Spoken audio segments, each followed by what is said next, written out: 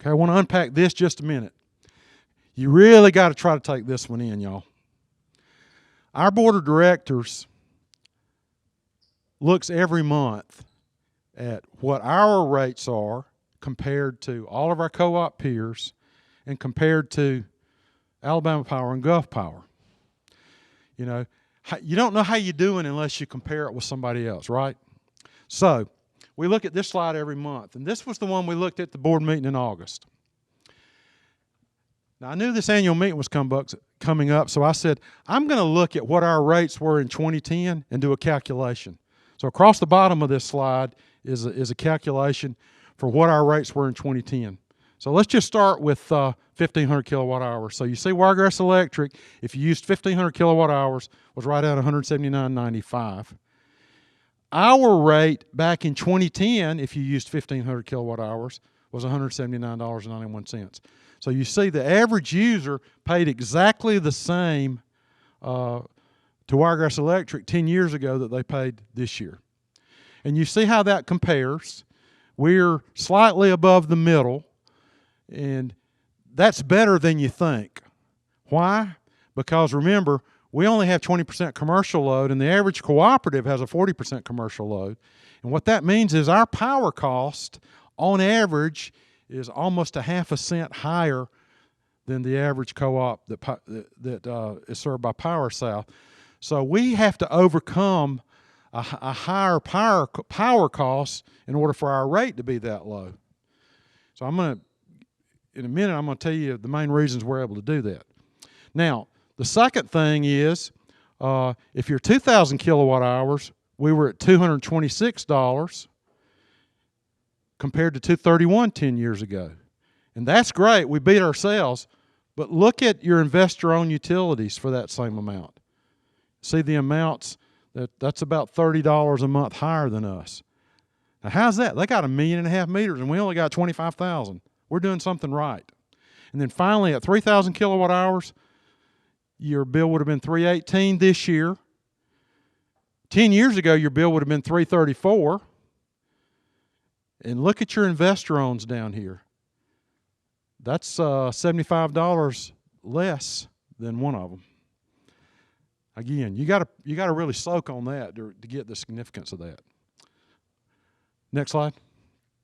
So, how is this possible?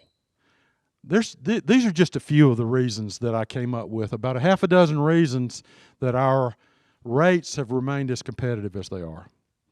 The first one is the management of our debt portfolio. I think, Woody, you mentioned our portfolio ended the year at $58 million in debt. Okay. Well, you know it matters whether you're borrowing money at 5.5% or 2.5%.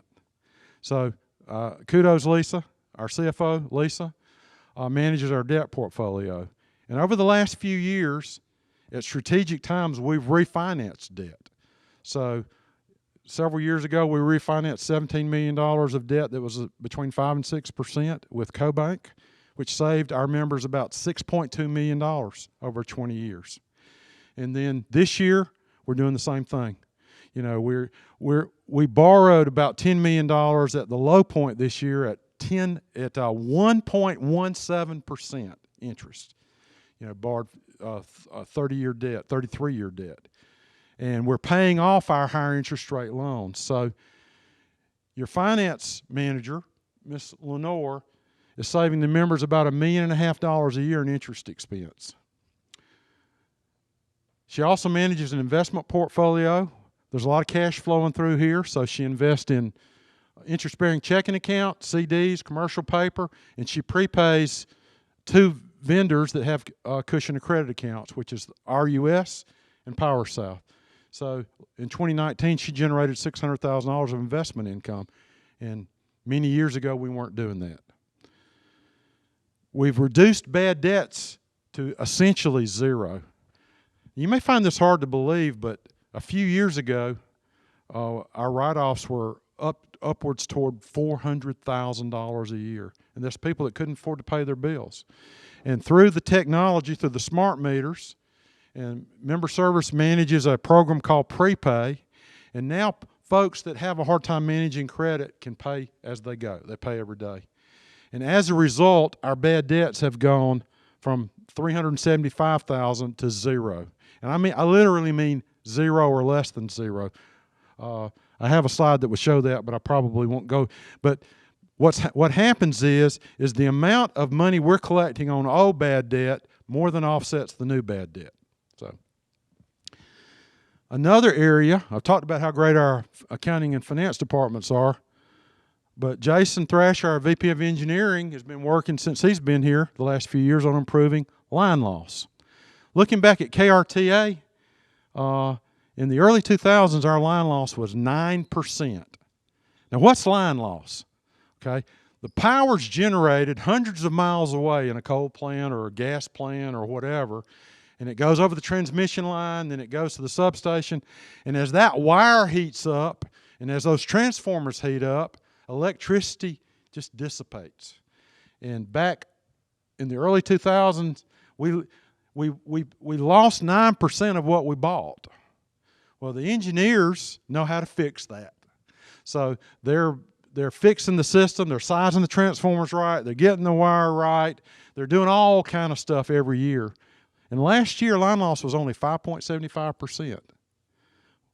Well, based on our power costs, that's a $1.25 million per year savings in energy that we're passing through to our members. That keeps us from having to raise the rates. That has kept us from it. Information technology. The smart meters revolutionized things. As I mentioned, we went from 70 to 66 employees. At the same time, our meters went way up. Well, I did a back-of-the-envelope calculation, and using information technology and fleet technology is saving us about $1.6 million per year in labor cost because our load and our meters are growing, but our number of employees is not. Now, PowerSouth CEO Gary Smith meets with our board once a year, and he made the comment the last time he was over here, of all the systems he visits, as he looks at the way we do things, he thinks our distribution costs are among the lowest in the PowerSouth system because we're doing things to lower the cost of service. Finally, smart meters, SCADA, voltage management, load control, response systems are another $650,000 a year. So just these half a dozen areas have reduced our cost of service by $6 million over the last 10 years. Next slide. This is just the slide on bad debt. You can zero in on that for the camera. It just shows you that there was almost $340,000 in bad debt in 2010. And not only was there no bad debt the last 5 years, but you see we actually collected old bad debt greater than what we wrote off. That's just a great story. Next slide. That's it. Okay, now, I know that was a lot of information, and I know y'all are tired, but I just felt like this was important information for us to record so that our members could know what a great job the team here is doing. That's my report, Brad. Well, thank you, Les. There's a lot of good news there, a lot of good news, and it's hard to sum up, you know, just in one little short breath. It really is, because there's a lot of things that's happening good here, and again, there are reasons for that, but the main reasons for that is our good board of trustees that allow us to do things, and our employees, the 66 that Les mentioned, the 66 men and women that work here that absolutely are fabulous people, well-trained, motivated folks. They know what they're doing, and they do a good job, and we appreciate what they do. It's just good stuff, really is.